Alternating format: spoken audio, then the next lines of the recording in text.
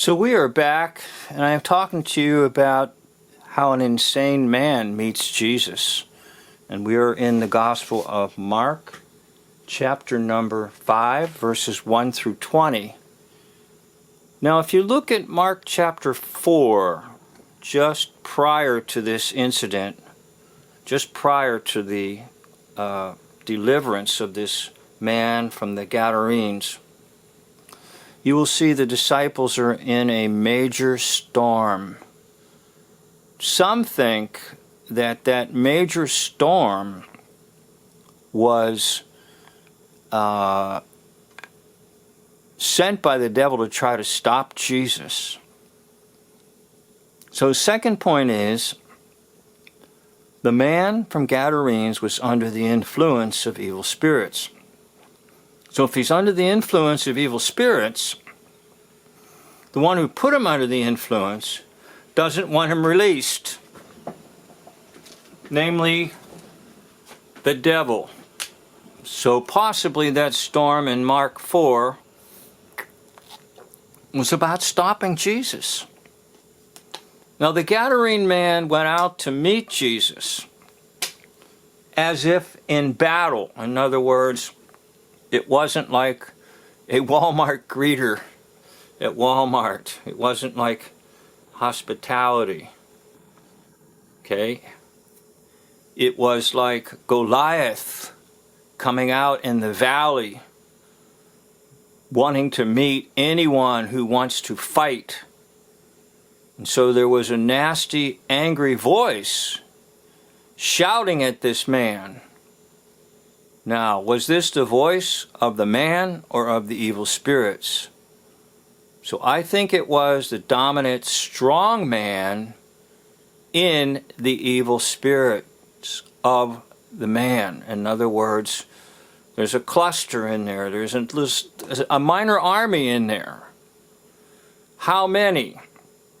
Well, the man answers, there are legion. What is your name? Legion. Now, legion in days of Bible in the Roman army could be about 6,000 soldiers. So there could have been at least 6,000. Now I want you to imagine that you go home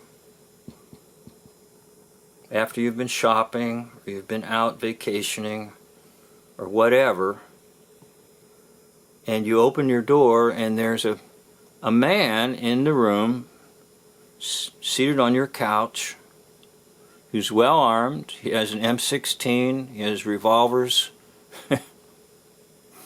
He says, "Hello, I'm glad you're back. I want you to know I took charge of your house, and all my soldiers are all in every room of your house. Some are upstairs and some are downstairs, and they're here to work with me. And as long as you cooperate, you remain helpless and powerless, we're dominantly controlling everything." So you hear a knock on the door, and the knock on the door is the sheriff. And the sheriff says to the man, the strong man, the house is completely surrounded. We have state police, we have the local police, we have the FBI, we have the U.S. Army. You'll never get out of here alive. Surrender. Now that sheriff is Jesus. Jesus shows his badge to this man. But most importantly, he shows the badge to Legion, the 6,000, the strong man and the 6,000. So Jesus is going to do something about this man's state or his condition. Now the evil spirits inside the man are fearful. They express their fear about the time. In other words, they understand that they are under sentence, and that sentence is eternal punishment for them in the eternal lake of fire.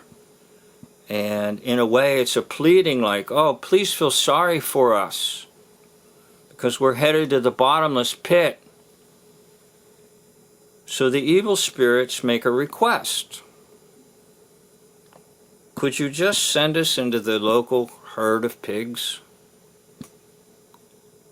Now Jesus will grant this request. This is where things get a little bit, I'm not too certain of everything. But remember, pigs were declared unclean in the Jewish faith. So the evil spirits will leave the man. Now remember, there's 6,000. 6,000. So the evil spirits go into the pigs, and the pigs go goofy, and the pigs go suicidal. Even the pigs don't want the spirits. They'd much rather be drowned and die than to have these foul spirits enter them. Now that's a surprising thing, because in today's world people are fooling all around with the occult, and they're inviting evil spirits in their lives. And yet even the pigs preferred to die rather than have these evil spirits in them. So the pigs are drowned. But the man is alive.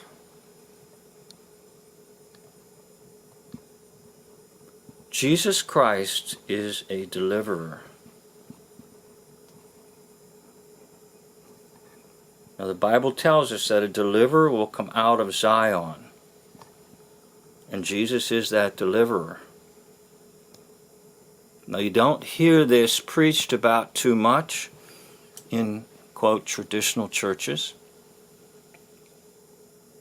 You'll hear Jesus as Savior. You'll hear Jesus as Lord. But you don't hear Jesus as deliverer. So Jesus will set this man free. And Jesus will set any man or any woman or any youth free. So we know the man was delivered because his desires changed. He wanted to sit at the feet of Jesus. He didn't want to scream anymore in anguish and torment. All he wanted was to be with Jesus. Now what about people that don't have these demons? Shouldn't they want to just be with Jesus? Shouldn't I just want to be with Jesus? Now my friends, if you're not that interested in being with Jesus, then it's a symptom of something has gone wrong in your Christian life. So this is the end of point 3. We will pick it up with point 4 and a summary and conclusion. Stay tuned. Don't touch that dial. Don't change that channel. Stay with me. My videos are meant for the ear, not the eye. This doesn't have flashy images in front of your eyes. I don't do fancy editing.